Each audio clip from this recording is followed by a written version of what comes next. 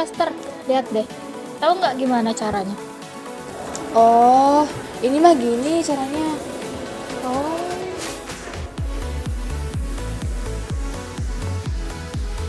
Ih, Jere, dari mana lu? Dari rumah. Emang kenapa? Kalian lagi bikin apa nih? Oh. Ini nih, kita lagi ngoding buat website gitu. Oh, gitu. Tapi kok laptopku kayak panas gitu, sister? Oh iya, kok bisa ya? Coba sih, pinjem. Oh ya, pantes, Esther. Kamu buka tab Windows sampai 50. Kamu buka tab apaan ini banyak banget. Pantesan panas.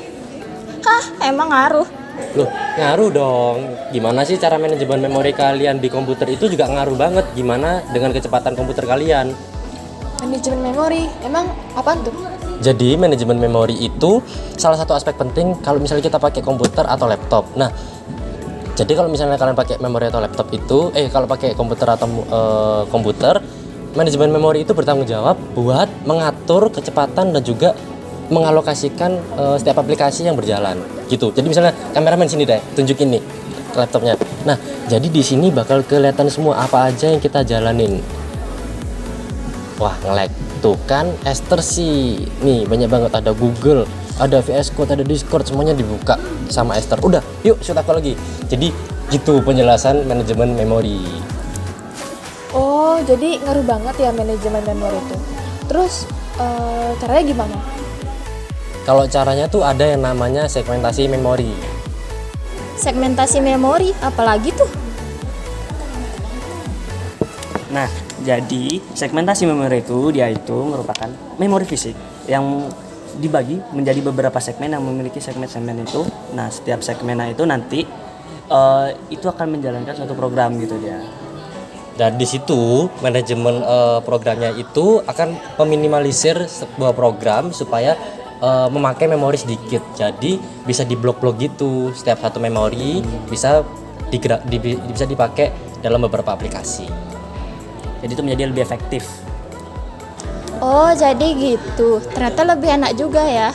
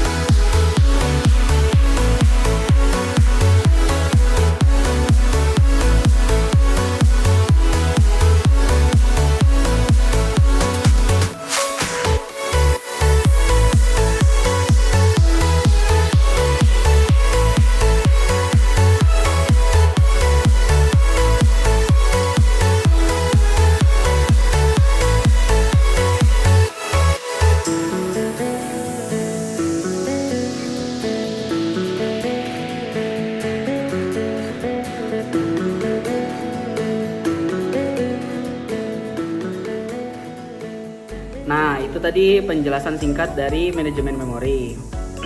Ada cara lain sebenarnya nih untuk teman-teman, paging namanya. Itu teknik di mana membagi memori fisik menjadi sejumlah halaman yang ukurannya sama. Terus dia juga membagi aplikasi atau proses menjadi blok-blok yang sama ukurannya per frame-nya. Tapi ya gitu, paging tuh dapat mengakibatkan laptop atau komputer tuh terlalu panas karena dia sering ngalamin overheat juga pada perpindahan halaman atau tab swap-nya gitu antara memori fisik dan memori virtual. Nah, bedanya sama segmentasi itu apa sih sebenarnya? Mungkin bisa dilanjutkan sama Adi, Mas. Jadi gini, bedanya tuh kalau paging membagi memori menjadi halaman yang sama ukurannya. Sedangkan segmentasi membagi memori menjadi beberapa segmen dengan ukuran yang berbeda-beda. Selain itu, paging biasanya lebih efektif dalam mengatasi fragmentasi memori dan optimalisasi penggunaan memori fisik. Sedangkan segmentasi lebih fleksibel dalam pengelolaan memori dan memungkinkan untuk mengalokasikan memori yang lebih efisien. Nah, terus bagusnya yang mana tuh? Nah, akan dilanjutkan oleh Jerry. Sebenarnya ya keduanya bagus sih, tergantung kebutuhan dan sistem komputer yang kita pakai. Biasanya teknik manajemen memori yang lebih kompleks seperti paging dan segmentasi itu digunakan secara bersamaan untuk mengoptimalkan penggunaan memori fisik dan virtual. Dan itu bisa dipakai bersamaan, kayak kombinasi gitu. Nah, kombinasi itu apaan? Kombinasi itu adalah sebuah teknik penggabungan lebih dari satu teknik manajemen memori untuk meningkatkan efisien dan kinerja sistem komputer. Contohnya itu kayak penggabungan tadi dari paging sama segmentasi. Nah, dalam teknik itu memori fisik dibagi menjadi beberapa segmen dengan ukuran yang bervariasi. Dan masing-masing segmen dibagi lagi menjadi beberapa halaman yang sama ukurannya. Dengan cara ini, sistem dapat memanfaatkan keuntungan dari kedua teknik manajemen memori tersebut, yaitu fleksibilitas dan pengoptimalan penggunaan memori. Itu di. Nah, terus gimana implementasi memori pada laptop ataupun komputer? Cara terlihatnya itu terjadi pada hardware yang namanya RAM, singkatan dari Random Access Memory yang ada di Task Manager. Nah, dari Task Manager ini kita bisa melihat kecepatan, memori yang terpakai, memori yang tidak terpakai, dan program apa saja sih yang memakai memori terbanyak. Bahkan nih, kita dari Task Manager bisa menghentikan dan menjalankan program yang ada di komputer kita. Misalnya nih, kalau kita sudah tidak memakai program A, kita bisa menghentikan program tersebut untuk berjalan. Sebaliknya nih, kita juga bisa ingin menjalankan program baru jika kita menjalankan melalui Task Manager. Nah, bener banget tuh teman-teman sama yang dibilang Medi tadi. Dari pengalamanku sendiri, aku juga bisa ngebuka beberapa tes program dalam waktu yang sama. Contohnya, aku buka Google dan WhatsApp di waktu yang sama. Waktu aku minimize atau pindah tabs dari Google ke WhatsApp, si Google ini seolah-olah tertidur untuk sementara waktu. Dan memori itu bisa lebih terfokus ke WhatsApp. Jadi, memori komputer kita terbagi dari Google ke WhatsApp gitu.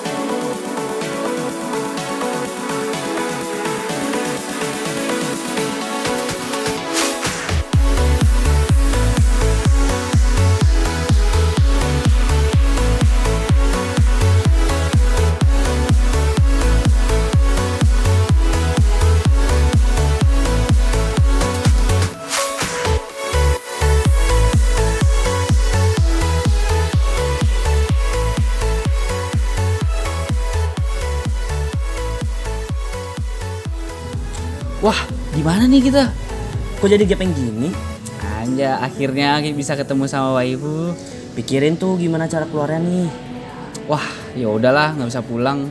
Udahlah, sini aja enak. Aku masih mau sarjana weh. Gimana dah lagi tuh SO tuh? Tugas SO. Oh, yang buat video 15 menit tuh. Iya juga ya. Mikirin tugas SO tuh jadi kepikiran sama materi manajemen memori. Sebelumnya kan sudah banyak dibahas tuh ya. Tapi kamu kepikiran gak sih untuk ngelakuin manajemen memori itu kayak gimana? Kayak strategi implementasinya gitu. Strategi manajemen memori ya. Aku sih pernah baca soal itu. Jadi dia tuh strategi yang dikenal untuk mengatasi hal tersebut adalah memori maya. Memori maya itu menyebabkan sistem seolah-olah memiliki banyak memori dibandingkan dengan keadaan memori fisik yang sebenarnya. Memori maya tidak sengaja memberikan peningkatan komputasi, akan tetapi memori maya juga memiliki beberapa keuntungan seperti yang kayak pertama tuh membuat sistem operasi seakan-akan memiliki jumlah memori melebihi kapasitas memori fisik yang ada. Selanjutnya proyeksi, setiap proses di dalam sistem memiliki virtual address space, yaitu virtual address space tiap proses berbeda dengan proses yang lain lagi, sehingga apapun yang terjadi pada sebuah proses tidak akan berpengaruh secara langsung pada proses lainnya. Selanjutnya itu ada memory mapping. Itu digunakan untuk melakukan pemetaan image dan file-file data ke dalam alamat proses. Pada pemetaan memori ini, isi dari file akan di-link secara langsung ke dalam virtual address space dari proses. Selanjutnya ada file physical memory allocation, digunakan untuk manajemen memori untuk membagi penggunaan memori fisik secara adil ke setiap proses yang berjalan pada sistem. Yang terakhir itu ada share virtual memory. Meskipun tiap proses menggunakan address space yang berbeda dari memori maya, ada kalanya sebuah proses dihadapkan untuk saling berbagi pengguna memori. Itu. Wah, gitu ya. Kok kamu bisa tahu banyak gitu sih? Weh, jangan salah, wibu gini suka baca artikel. Si paling artikel dah. Ngomong-ngomong ya, setauku sih masih ada lagi deh metode dari manajemen memori itu selain dari segmentasi sama paging. Oh, ini swapping namanya.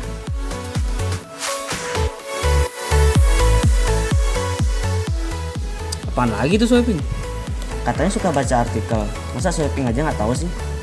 Jadi gini, swapping itu merupakan sebuah proses menukarkan sebuah proses keluar dari memori untuk sementara waktu ke sebuah penyimpanan sementara dengan sebuah proses lain yang sedang membutuhkan sejumlah alokasi memori untuk dieksekusi. Tempat penyimpanan sementara ini biasanya berupa sebuah flash disk dengan kapasitas yang dapat menampung semua salinan dari semua gambaran memori serta menyediakan akses langsung ke gambaran tersebut.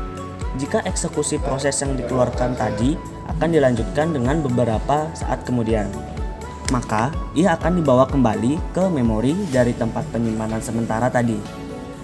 Bagaimana sistem mengetahui proses di mana saja yang akan dieksekusi?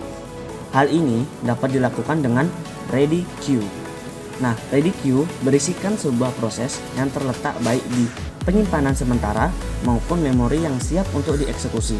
Ketika penjadwalan CPU akan mengeksekusi sebuah proses, ia lalu akan memeriksa apakah proses bersangkutan sudah ada di memori ataukah masih berada dalam penyimpanan sementara.